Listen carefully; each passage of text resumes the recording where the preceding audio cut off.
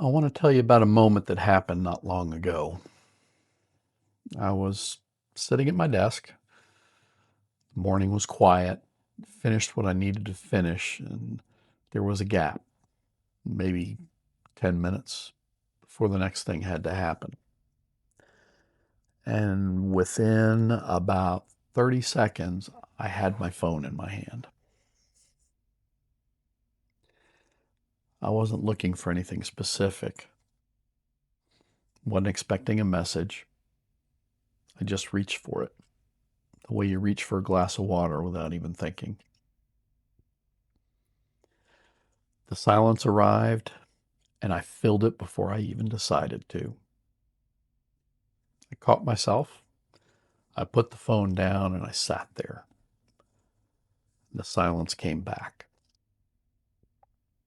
It was uncomfortable in a way I didn't expect, which told me something I didn't really want to know. This is Anchor and Caduceus, and we're finding the extraordinary in the ordinary. Today, I want to talk about something most of us don't notice we're doing. We've stopped being able to sit still. Now, for starters, the title's a little misleading. I should tell you, I don't actually drink coffee. My version of this is a mason jar with Diet Coke and ice, which is considerably less poetic. But I think you know what I mean when I say the second cup of coffee. That moment, after the first cup in the morning, that has started quietly, and you sit back down and there's nothing pressing for a few minutes. The house is quiet. That moment used to just exist. For a lot of us, it was probably the best part of the morning. Not because anything happened in it, but because nothing happened in it. When did we lose that? Here's what I noticed. And I suspect you may have noticed it too.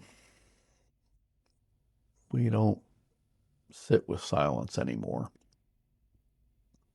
The moment it arrives in a waiting room or at a stoplight or between meetings, it's during a commercial break, that phone's already in our hand. We've trained ourselves to fill every gap before the gap even has a chance to do anything.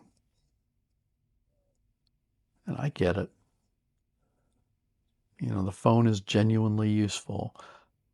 The information is real and the connections are real. I'm not the one that's going to tell you to throw it in a lake. But something is happening in those gaps that we're not letting happen anymore. Psychologists who study attention and creativity call it mind wandering, and we talked about this a little bit in the boredom episode. It's the same mental state that made those childhood summers valuable.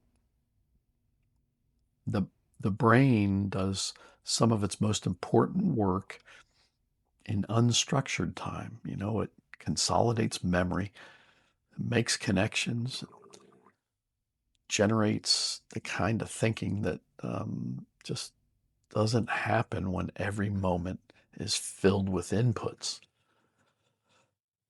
But it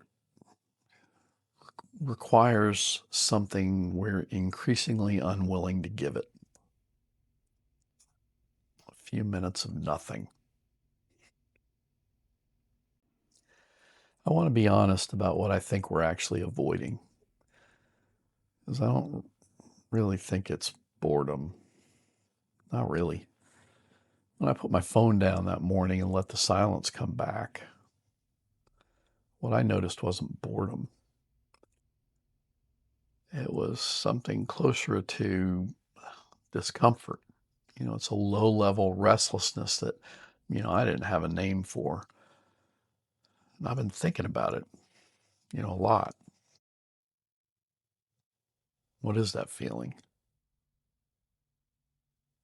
I think it's feeling of being alone with yourself, actually alone without any distractions, without inputs, without that managed version of your life that you just present to the world. Just you sitting there with whatever is actually going on inside of you. And for a lot of us, again, if we're being honest, that's not a comfortable place to be. There are things in there we'd rather not look at. Regrets we haven't processed, maybe questions we don't have answers to. A general sense that, you know, if we got really quiet and really honest, we might hear something we're really not ready to hear. So we reach for the phone. It's not about boredom, it's about avoidance. If this is landing for you, if it feels like the kind of conversation you want to have more of, go ahead and subscribe so you don't miss what's coming. I do new episodes about every 2 weeks. Back to it though. Think about the people who shaped you. The ones who generally seem settled, the ones who had a kind of interior stillness that you couldn't quite explain. The peace. I bet most of them had a practice of some kind, a walk they took every day or a porch to sit on, a second cup of coffee that they didn't rush. Not because they were disciplined about wellness, but because they understood intuitively that the inside of a person needs tending, that you can't run on output forever without some input that isn't noise. Our generation grew up watching people who knew how to be still.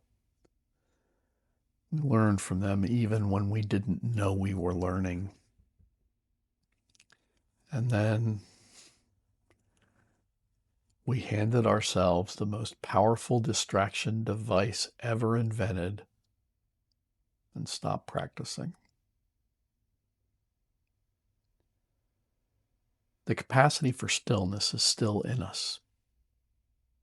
It's just atrophied from disuse. I want to say something briefly about what silence does for me personally. In the morning practice I've talked about on this channel, reading scripture and writing a devotional, it only works because of what happens in the quiet around it. The stillness isn't just a context. It's where the actual conversation happens. And when I'm honest with myself in those quiet moments, I hear things I don't hear when I'm busy. Things that feel less like my own thinking and more like something being offered to me. I'm not going to make a theological argument out of that, but I'd be dishonest if I didn't say it. The silence isn't empty, and I've stopped being afraid of what's in it.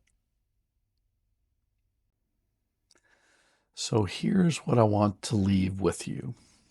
Not a program, not a challenge, just a question. When did you last sit with the silence long enough to be uncomfortable and stay anyway? Not meditation, not a retreat, just put the phone down. Let whatever is in there surface. You might be surprised what you find. You might hear something you've been drowning out for a while. You might just feel a little more like yourself than you have in a long time. That second cup of coffee is still there. It's waiting. I reached for my phone. I caught myself and I put it down. And in the silence that came back, something happened that wouldn't have happened if I'd filled it. I'm not sure I can explain exactly what it was, but I know it was worth more than whatever was on the screen. I'm, I'm glad you're here. Let's keep finding the extraordinary in the ordinary together. I'll see you on the next watch.